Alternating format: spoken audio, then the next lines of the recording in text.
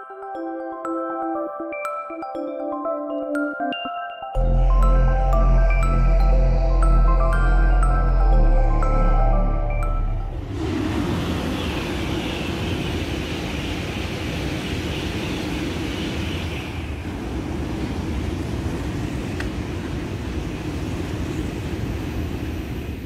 assalamualaikum. Apa kabar semuanya? Semoga sehat selalu ya. Jadi ini udah kepikiran lama, aku pingin bikin video tentang visa-visa kerja yang ada di Jepang ya. Dan ini mumpung suami lagi libur waktu Golden Week dan kebetulan juga bertepatan dengan Lebaran. Jadi kita anggap ini sebagai libur Lebaran. Dari kemarin-kemarin kita juga udah jalan-jalan karena ini tahun pertama dan pengalaman saya pertama di Jepang, jadi saya benar-benar menikmati liburan kemarin. Jadi kita itu kemarin itu pergi ke Kyoto dan jadi tapi aku nggak videoin di sana ya karena aku pengen benar-benar menikmati. Jadi aku nggak bisa fokus untuk videoin. Oke. Jadi hari ini kita itu lagi di taman dekat rumah dan di taman itu tuh ada danau dan atasnya itu ada perlintasan rel Shinkansen ya atau kereta cepat. Oke, jadi mumpung di sini yang anginnya sepoi-sepoi gini, lihat ntar.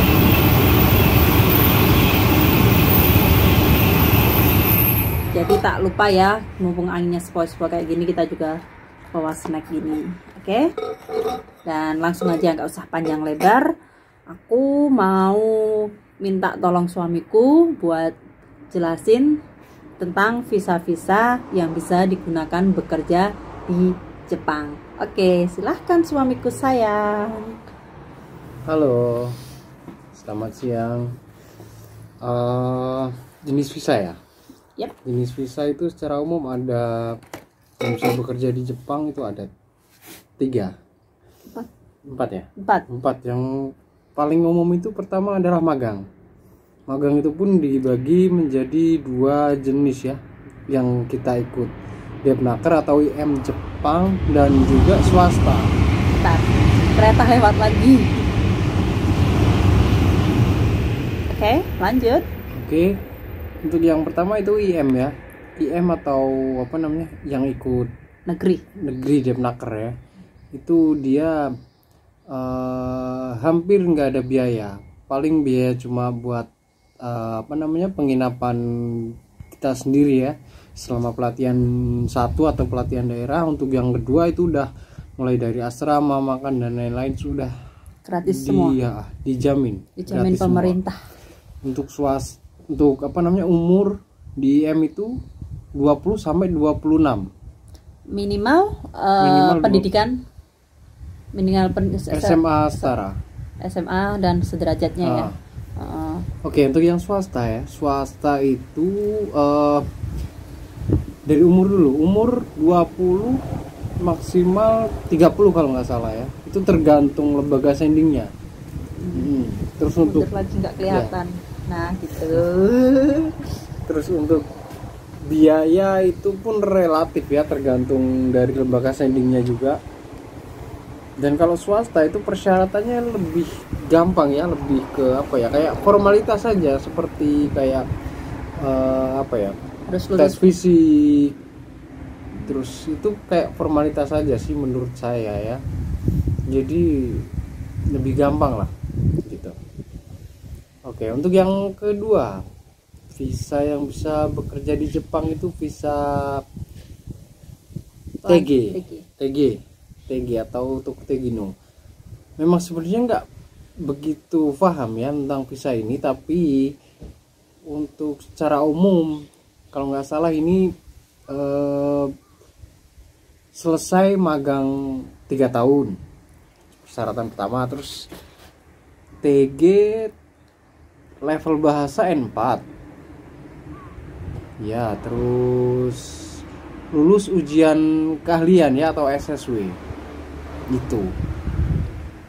Jadi kalau umur nggak ada batasannya untuk TG selama udah selesai magang 3 tahun. Nah, kurang tahu ya, tapi ada temen juga yang 43 tahun dia masih bisa proses untuk TG. Oh begitu. Jadi tergantung lembaga penyalurnya ya. Lembaga penyalur perusahaan penerima kalau dia masih oke aja bisa gitu. Berarti kalau mau TG lebih gampangnya itu kalau udah ada di Jepang. Jadi kalau selesai magang, kalau masih ingin bekerja di Jepang atau lanjut Jepang, langsung ganti ke TG gitu. Lebih mudah gitu atau itu gimana? Lebih mudah lagi. Atau harus dari Indonesia dulu? Nggak harus dari Indonesia, langsung di sini ganti di sini lebih gampang. Tahu saya seperti itu gitu. Dan terus, next yang ketiga visa. Yang ketiga itu engineer ya. Engineer atau specialist in humanities atau international service. Jadi kerjanya dia itu skill worker ya, atau bisa dibilang punya bidang khusus keahlian yang bisa dia kerjakan di sini. Gitu ya. Sebelumnya AutoCAD itu juga. Sebelumnya saya ke belakang dulu ya, untuk TG atau Togino itu kalau di bahasa Indonesia kan itu seperti pekerja skill worker tapi di bawah engineer, tapi yang memiliki keahlian khusus gitu, dan bisa cuma bekerja di satu bidang aja. Jadi untuk pindah-pindah nggak bisa gitu ya. Nggak bisa, itu pun gitu itu ya. Terikat dengan perusahaan penerima. Berarti gitu. Ada kontrak gitu ya. Ada kontrak. Oke, next kita ke visa engineer. Syaratnya? Untuk persyaratan secara umum itu engineer lulus bahasa N3 ya. Kalau untuk lanjutan dari magang atau sebentar lagi. Oke, next. Oke, untuk lanjutan dari magang itu harus lulus level bahasa di N3 minimal. N3. Terus syarat pendidikan minimal juga D3 teknik. D3 teknik. Lebih mudah lagi kalau kita punya ijazah S1 teknik ya. Teknik entah itu apa namanya? Mesin industri. Terus otomotif juga bisa, kayak saya di otomotif gitu bisa. Berarti yang paling umum digunakan engineering ini di sini ya, yang paling dibutuhkan itu yang harus tekniknya. Ya nggak harus, maksudnya yang paling di lowongan terbanyak itu biasanya di bidang teknik gitu. Teknik, kalau proses dari Indonesia semua teknik ya. Teknik. Engineer pun itu bermacam-macam sebenarnya ya. Ada, setahu saya sih sampai sekarang ini ada 3 kalau nggak salah ya, engineer itu.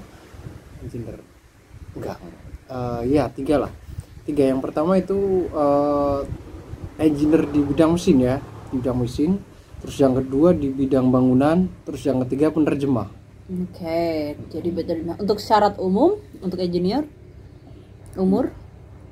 umurnya nggak ada batasannya. Nggak ada patokan, hampir sama dengan TG ya, atau Tegino itu hampir sama. Walaupun 40 ke atas ijazahnya udah lama nggak masalah ya, selama dia masih memiliki keahlian itu gitu ya. Dan perusahaan penerima pun dia mau. Berarti tergantung kalau perusahaan penerima mau menerimanya dan mengurus dokumen-dokumennya gitu. Jadi dia bisa diterima dan bisa bekerja di sini untuk mengeluarkan izin kerja ya. Next, yang keempat adalah visa gakuse ya, atau pelajar. Ini sebenarnya bukan bekerja tapi hanya part time aja. Part time ya. Part time berarti dia itu bisa belajar di sini, tapi di sela-sela pendidikan dia, di sela-sela waktu belajar dia juga bisa ambil pekerjaan. Jadi part time aja.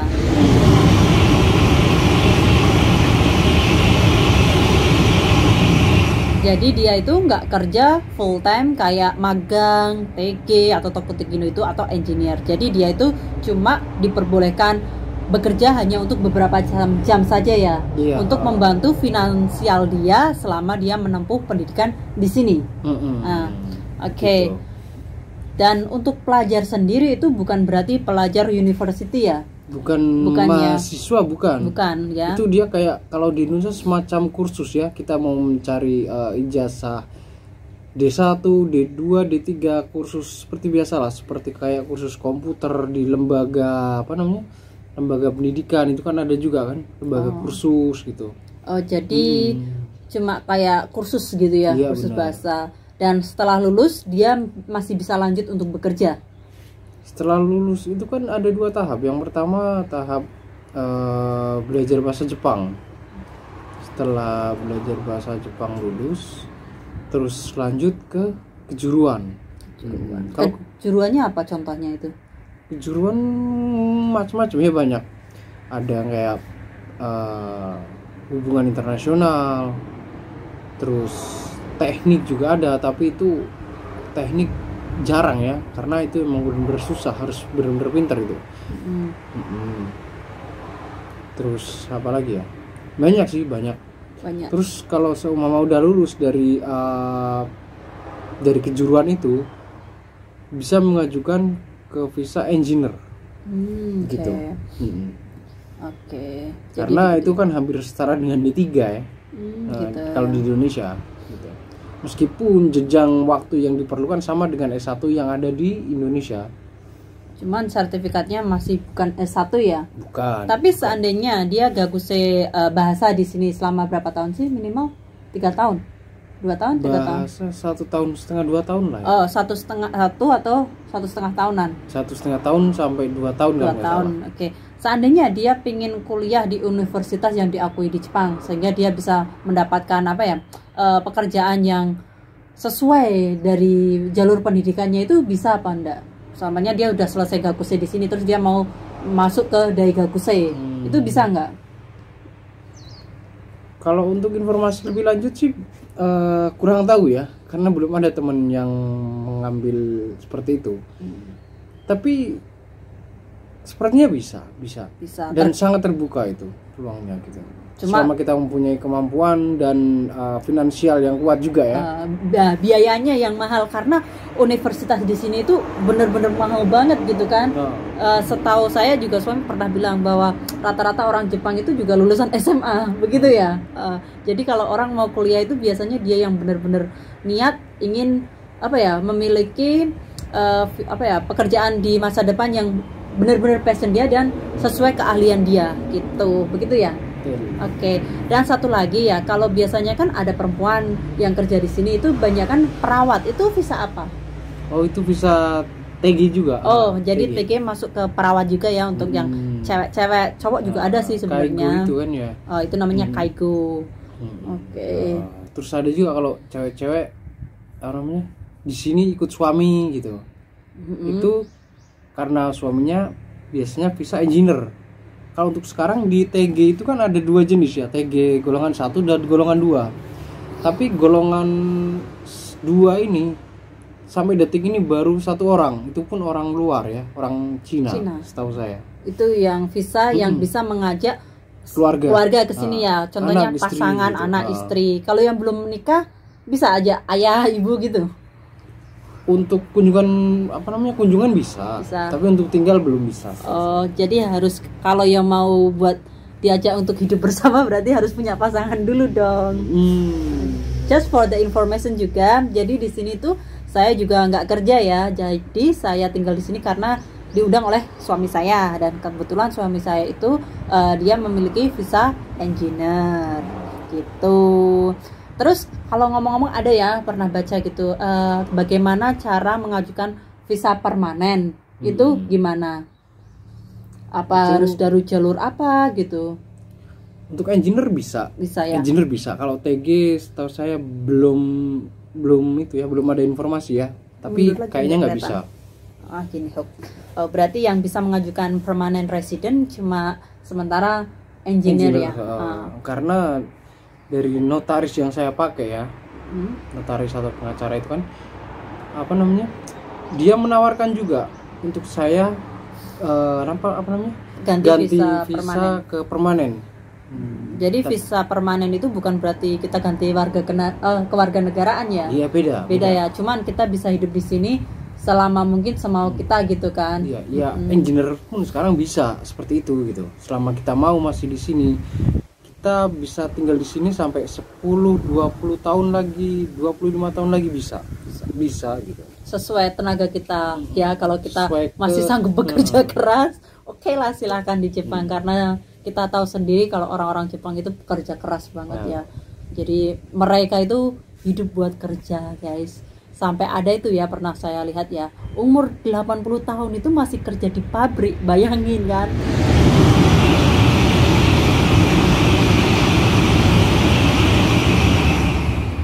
Oke, jadi seperti itulah beberapa informasi yang bisa kita sampaikan ya, kurang lebihnya begitu. Kalau masih ada pertanyaan atau unek-unek apa, silahkan seperti biasa tulis di kolom komentar. Tapi bila ada, sebelumnya kita minta maaf juga karena kita bukan ahli di bidang pervisaan, jadi mungkin ada beberapa informasi yang salah atau kurang tepat gitu, jadi kita mohon maaf ya, karena kita cuma mau sharing pengalaman kita di sini saja. Oke, jadi sekian video kita kali ini. Terima kasih yang udah menonton.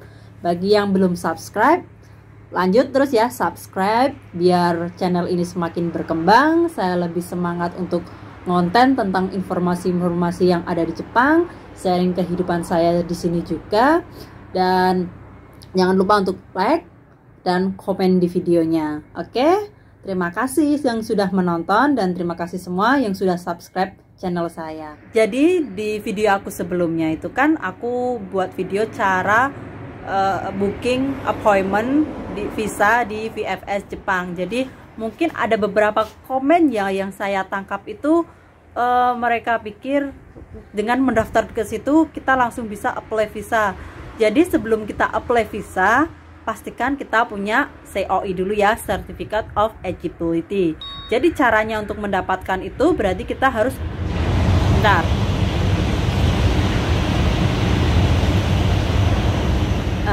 cara mendapatkan COI itu kita harus mendaftarkan pekerjaan di salah satu perusahaan yang ada di Jepang. Nah, ketika perusahaan Jepang itu approve ya, menerima kita sebagai pekerja, baru mereka menguruskan ke imigrasi Jepang untuk mengeluarkan COI.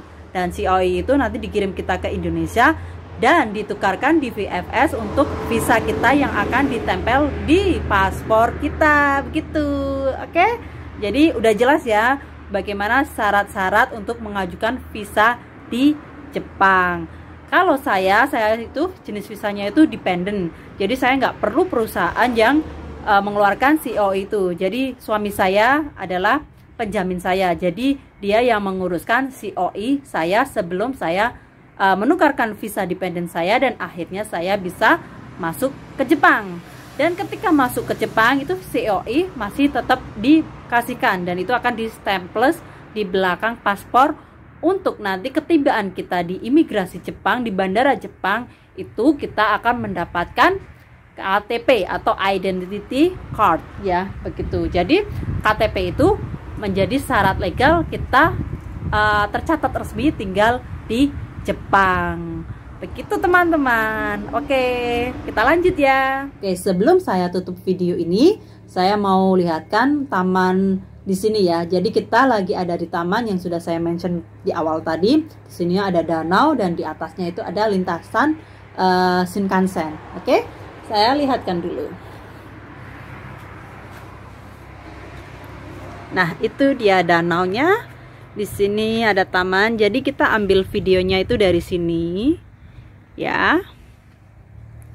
Dari sini dan ini dia danaunya. Biasanya orang-orang di sini juga bisa mancing di danau ini.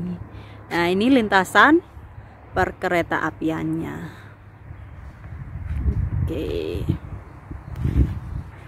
Oke, sampai jumpa di video selanjutnya. Dadah.